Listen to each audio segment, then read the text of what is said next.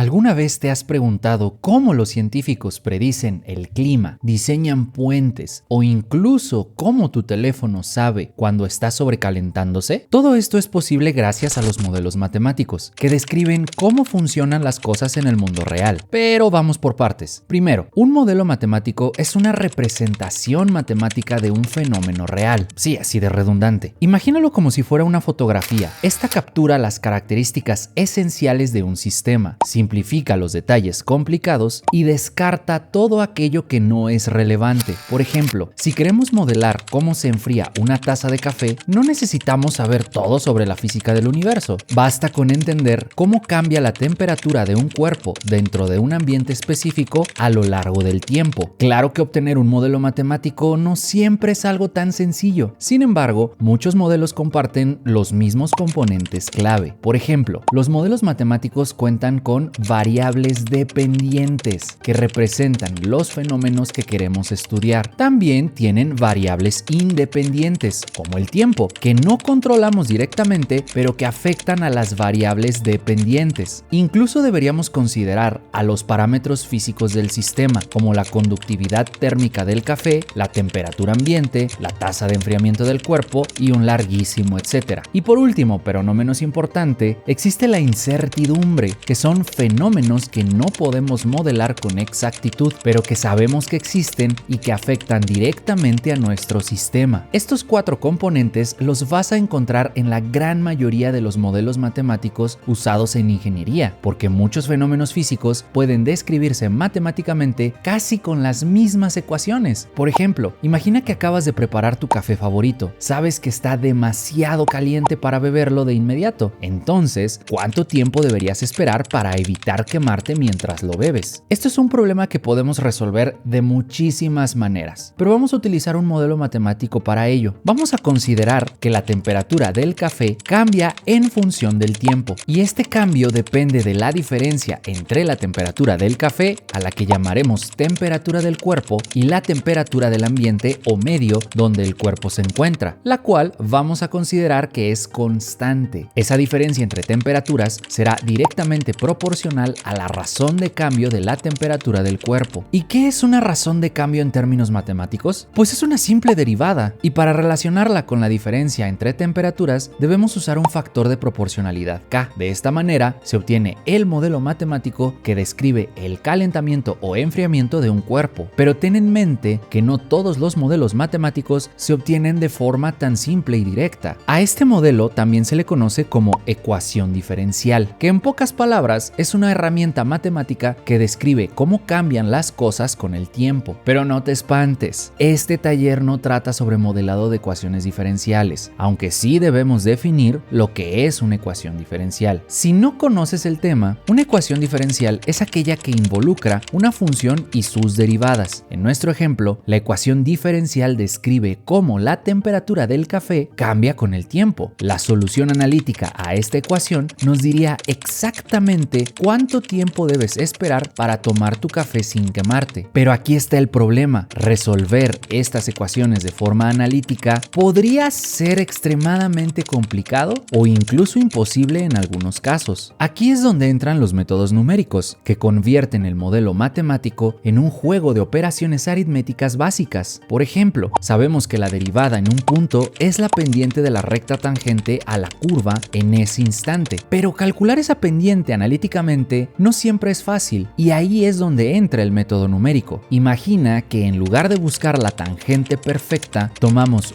dos puntos cercanos a la curva, separados por un pequeño delta t. En el primer punto tenemos la temperatura en el instante t. En el segundo tenemos a la temperatura en el instante t más delta t. Con estos dos puntos construimos un triángulo rectángulo donde la base representa a delta t y la altura es la diferencia de temperatura entre los dos puntos. La hipotenusa representará la razón de cambio, es decir, a la derivada que estábamos buscando, pero en su forma numérica o geométrica. Ahora, en nuestro modelo matemático vamos a reemplazar a su derivada por la interpretación numérica que acabamos de explicar. Si observamos la ecuación, a partir de este punto podemos despejar cualquier variable que queramos estudiar. Por ejemplo, nosotros podemos medir la temperatura en cualquier instante, pero usando las mediciones actuales queremos calcular el siguiente valor de la temperatura del cuerpo. Entonces, basta con reordenar la ecuación considerando que este término representa al valor que queremos calcular. Por lo tanto, calcularlo depende del valor actual de la temperatura más la diferencia de temperaturas, que son multiplicadas por el factor K y por el incremento delta T. De esta manera, conociendo todos los términos a la derecha de la ecuación, podremos calcular el valor que estábamos buscando. Pero ten cuidado, porque no puedes calcular un valor que se encuentre muy lejos del valor actual que puedes medir. Por ejemplo, imagina que tu café recién hecho está a 90 grados centígrados y la temperatura de la habitación o del medio es de 25 grados centígrados. Nuestro objetivo es calcular cuánto se enfriará la bebida minuto a minuto. Entonces, en el minuto 0, la temperatura es 90 grados, por lo que la diferencia entre la temperatura del cuerpo y la temperatura ambiente nos lleva al siguiente resultado. Ahora multiplicaremos esa diferencia por el factor de enfriamiento o calentamiento, el cual se puede obtener experimentalmente. De hecho, eso es un tema de ecuaciones diferenciales, no tanto de métodos numéricos. Pero en fin, esa multiplicación también incluye el tamaño de paso delta T. Dicho intervalo representa qué tan separados están los datos entre sí. Si la separación es demasiado grande, podemos perder detalles importantes y la precisión del cálculo se reduciría. Por ejemplo, imagina que mides la temperatura de la bebida con un intervalo de 1 hora entre mediciones. Esto solo te permitiría saber que la bebida se enfrió, pero no sabrías el comportamiento que tuvo entre el minuto 1 y el minuto 59. Lamentablemente es una gran desventaja, porque el cálculo será poco preciso y podríamos pasar por alto cambios bruscos en el sistema. Por otro lado, si el tamaño de paso es muy pequeño, la estimación será más exacta, pero requeriría muchísimos más cálculos, lo que podría ser muy lento. La clave está en el equilibrio, porque un tamaño de paso pequeño, pero no excesivo, nos da una buena precisión sin necesidad de hacer muchísimos cálculos. Incluso se puede usar un tamaño de paso variable que se ajusta en función de la evolución de la estimación numérica que estamos realizando, pero eso lo veremos en lecciones posteriores. Entonces, regresando a nuestro cálculo, vamos a escoger un tamaño de paso de 1 minuto, es decir, vamos a calcular la temperatura de la bebida entre el minuto 0 y el minuto 1, lo que nos lleva al resultado que ves en pantalla, que de hecho no es el único resultado que vamos a obtener, ya que a diferencia de los métodos analíticos, los métodos numéricos son iterativos porque necesitamos repetir el proceso constantemente hasta que se cumpla alguna condición. En nuestro ejemplo, cada cálculo nos da la temperatura en el siguiente minuto, pero para saber cómo se comporta el sistema a lo largo de, por ejemplo,